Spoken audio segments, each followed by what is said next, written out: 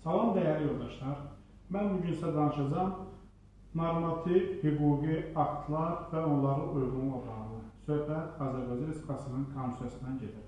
Belə ki, qanunverici sisteminin əsasını təşkil edir Azərbaycan Respublikasının konstitusiyası. Azərbaycan Respublikasının konstitusiyası birbaşa hüquqi qüvvəyə malikdir və Azərbaycan Respublikasında ən yüksək statuslu hüquqi akt hesab olunur. Belə ki, konstitusiyamız var, qəbul olunur xalqımız tərəfindən. Bundan əlavə digər hüquqi aktlarımız var, hansı ki, referendum aktları başqa adla deyirik, referendumda qəbul olmuş aktlar xalqımız tərəfindən qəbul olunur. Sonra da qanunlar. Qanunlar qəbul olunur Milli Məclis tərəfindən. Milli Məclis tərəfindən qəbul olunur, sonra təsdiq olunandan sonra Azərbaycan Respublikasına aid hesab olunur. Var fərman, Azərbaycan Respublikasının prezident tərəfindən qəbul olunur. Var qərar, qəbul olunur Nazirlər Kabineti tərəfindən. Var normativ hüquqi aktlar, qəbul olunur mərkəzi icra hakimiyyəti orqanları tərəfindən. Və mərkəzi icra hakimiyyəti orqanları normativ hüquqi aktı aşağıdan balaca hərflərlə yazıram, qərar formasında qəbul edir.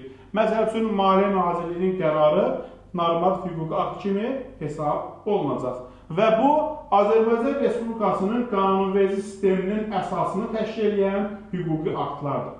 Yadda saxlayın ki, referendumda qəbul olmuş aktlar konstitusiyaya uyğun olmalıdır, qanunlar eyni qaydada konstitusiyamıza uyğun olmalıdır, fərmanlar qanunlarımıza və konstitusiyamıza uyğun olmalıdır, qərarlar fərmana, qanuna və konstitusiyamıza uyğun olmalıdır, normativ hüquqi aktlar, yəni mərkəzi icra hakimiyyəti orqanlarının qərarları normativ hüquqi akt kimi qərara, fərmana, qanuna və konstitusiyamıza uyğun olmalıdır. Bizim qanunvericilik sisteminin əsasını təşkil edən hüquqi aktlardır. Başqa adla hər birinə ümumilikdə normativ hüquqi akt anlayışını verə bilərik. Bundan əlavə bizim var tərəfdar çıxdığımız beynəlxalq müqavilələr. Tərəfdar çıxdığımız beynəlxalq müqavilələr iki qrupa ayrılır.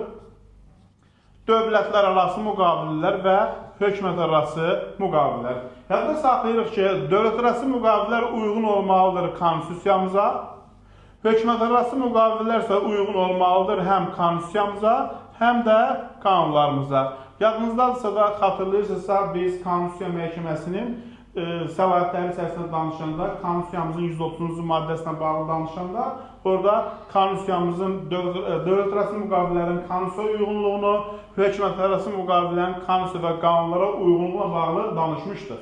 Və yadda saxlayırıq ki, həmin bu dövlət arası müqavilələr hissəsi dayanır ikinci və üçüncünün arasında. Bu o deməkdir ki, tərəfdar çıxdığımız dövlət arası müqavilələrlə konstitusiyamız arasında ziddiyyət yaransa, konstitusiyamız tətbiq olunacaq. Niyə? Çünki konstitusiyamız xalq tərəfindən qəbul olunur və daha yüksək hüquqi akt hesab olunur.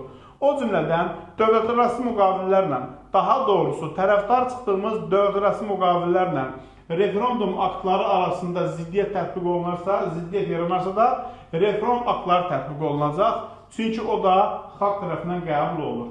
Lakin tərəfdar çıxdığımız dövlət arası müqavilələrlə qanunlar, fərmanlar, qərarlar, digər qərarlar arasında ziddiyyət yaranarsa da tərəfdar çıxdığımız dövlət arası müqavilə tətbiq olunacaq. Bunları da bu cür işarələyirəm ki, yadımızda saxlayaq. Bu oldu bizdə Azərbaycan Respublikasının qanunverici sisteminə daxil olan aktlar. Başqa adla normativ hüquqi aktlar deyə bilərik, başqa adla qanunverici aktları deyə bilərik. Diqqətinizə görə sağ olun.